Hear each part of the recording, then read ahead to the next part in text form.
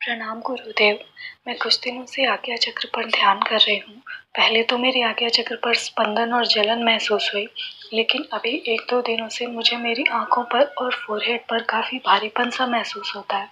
ऐसा लगता है जैसे किसी ने भारी सा पत्थर मेरे सर के ऊपर रख दिया हो और बहुत बेचैनी महसूस होती है और ऐसा लगभग रोज रात को ही हो रहा है। लेकिन मेरा एक छोटा सा बच्चा है जो अभी सिर्फ 1 साल 5 महीने का है। जब भी मुझे ऐसा अनुभव होता है तो वो भी उठ जाया करता है और वो बहुत रोता है, वो रात भर रोता ही रहता है।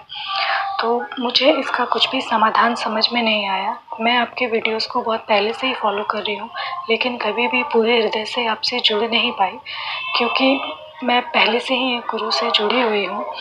तो मुझे ये धोखा सा लगता था, लेकिन आज जब मैंने उनको अपने सिम्पटम्स बताए तो उन्होंने मुझे बताया कि मुझ पे भूत प्रेत बाधा है और मुझे आपसे जुड़ना चाहिए। जब उनसे आज्ञा मिली तो मुझे भी निर्भर सा महसूस हुआ। गुरुदेव, मेरी फैमिली पहले से ही ब्लैक मैजिक से बहुत परेशान है। इसके लिए हमने काफ़ी तंत्र मंत्र और पूजा पाठ भी कराए, लेकिन कभी भी इससे शांति नहीं मिली, उल्टा और बुरा ही स्थिति होती चली गई। अब चूँकि मैं साधना में आगे जा रही हूँ तो मैं भी इसका शिकार हो रही हूँ और मेरे साथ मेरा छोटा सा बच्चा भी परेशान है और वो बीमार भी हो रहा है। तो मुझे अब और कोई भी रास्ता नहीं दिखता। मैं आपसे निवेदन करना चाहूँगी कि आप मुझे अपने सानिध्य में ले लें। आपके पास मेरे जैसे या मुझसे बहुत बेहतर स्थिति में हज़ारों लाखों साधक हैं, लेकिन मेरे पास अब बस आपका ही आसरा है। मेरा मार्गदर्शन करें गुरुदेव। प्रणाम गुरुदेव।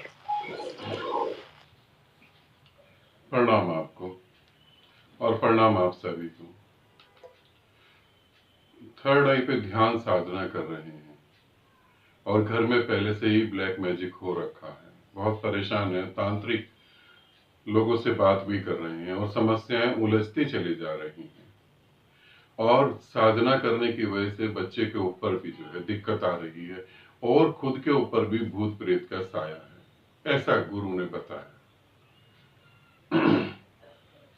पहली बात, बिना गुरु के कभी विधि नहीं करो।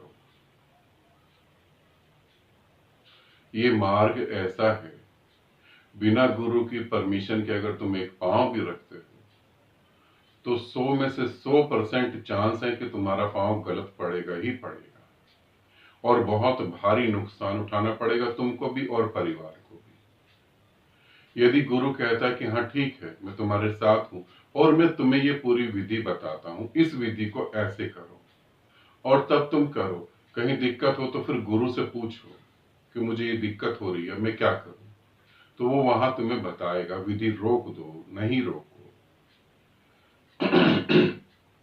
अब आगे की बात समझते हैं।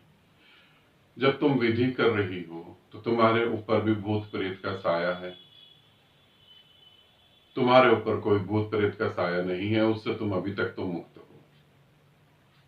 जो तुम्हारी ऑडियो मैंने सुनी है उसमें कहीं कोई ऐसा नहीं दिखाई दे रहा कि तुम्हारे ऊपर भूत प्रेत का साया है। तुम्हारे थर्ड आई पे जब तुम साधना करती हो तो बच्चा रो पड़ता है और बीमार पड़ जाता है और रोता रहता है, किसी भूत प्रेत के कारण बिल्कुल भी नहीं। तुम जब साधना करती हो तो ऊर्जा इतनी ज्यादा हो रही है जिससे कि थर्ड आई पे पेन चालू हो जाता है, जिससे थर्ड आई भारी हो जाती है।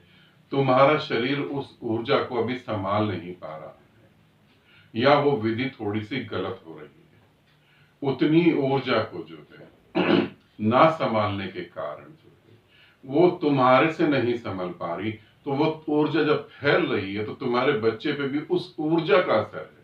वो बच्चा जो है उसका दिमाग उतनी ऊर्जा को नहीं संभाल पा रहा, इसी वजह से वो कष्ट में आ रहा है। अगर हम किसी किसी बच्चे को जरूरत से ज्यादा जबरदस्ती खाना खिला देंगे तो क्या होगा, उसका पेट खराब होगा ना। ऐसे ही अगर बहुत ज्यादा ऊर्जा में किसी बच्चे को हम रख देते हैं तो वो बच्चा बीमार पड़ेगा, शरीर खराब होगा, मानसिक संतुलन खराब होगा, दिमाग खराब हो जाएगा। तो तुमको क्या करना है, अभी वो थर्ड आई की विधि को रोक दो। अपने गुरु से पूछो क्या विधि में करूं या ना करूं। तो अगर वो कहते हैं करो तो एक अलग बात है, मुझसे तुम पूछ रही हो तो मैं कहूंगा थर्ड आई की विधि को रोक दो, अभी नहीं करो। उसकी जगह कोई छोटा मोटा ध्यान कर लो। हल्का फुल्का ध्यान कर लो, मौन बैठ जाओ थोड़ी देर के लिए। और तुम्हारे ऊपर भूत प्रेत का साया नहीं है, तुम्हारे बच्चे के ऊपर तो बिल्कुल भी नहीं है। और बच्चा ज्यादा ऊर्जा की वजह से परेशान हो रहा है, क्योंकि वो उतना डाइजेस्ट नहीं, हजम नहीं कर पा रहा। कोमल सा दिमाग, 1 साल का बच्चा, 1 डेढ़ साल के बच्चे का दिमाग होता क्या है? कोमल सा मन है, अभी बिल्कुल मन साफ है बिल्कुल, और इतनी बड़ी ऊर्जा को वो संभाल नहीं पा रहा, इसीलिए वो परेशान हो रहा है। तो भूत प्रेत नहीं है, उससे तो बेफिक्र रहो। जब भी बच्चे के ऊपर भूत प्रेत होगा, या कोई साधक साधना कर रहा है उसके अंदर भूत प्रेत है, या उसके आसपास खूब सारे प्रेत बैठ जाएंगे, तब कैसा रिजल्ट आएगा? तब समझना कि बच्चा रोने लगेगा, बच्चे के साथ बाहर कुत्ते जो सड़क पे वो भी रोएंगे, आसपास बिल्लियां हैं वो भी रोएंगी।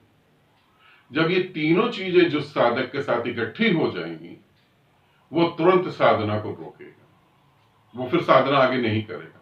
बिना गुरु की परमिशन के साधना आगे नहीं करनी है। आप साधना कर रहे हैं और कुत्ते जोर जोर की रोने लगे, जैसे ही आप साधना रोक दें, कुत्ते रोना बंद कर दें, बिल्लियां रोना बंद कर दें, आसपास के बच्चे या घर में बच्चे वो भी रोना बंद कर दें, तो समझ लें कि बहुत बड़ी प्रेत लोक की बहुत बड़ी विपदा तुम पर टूट पड़ी है। तो साधना तुरंत रोकें, जाकर गुरु से मिले, नहीं तो साधना तो कभी सफल होगी नहीं, और तुम कभी मुक्त नहीं हो पाओगे। और अगली बार जब आओगे तो मानसिक संतुलन ऐसा खराब हो रखा होगा कि तुम कुछ भी ढंग से नहीं जी पाओगे, ना कर पाओगे।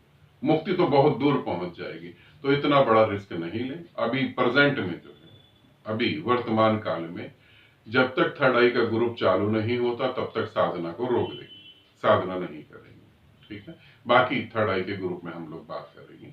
आनंदित रहें, सदा खुश रहें। बहुत बहुत प्रेम आप सभी को।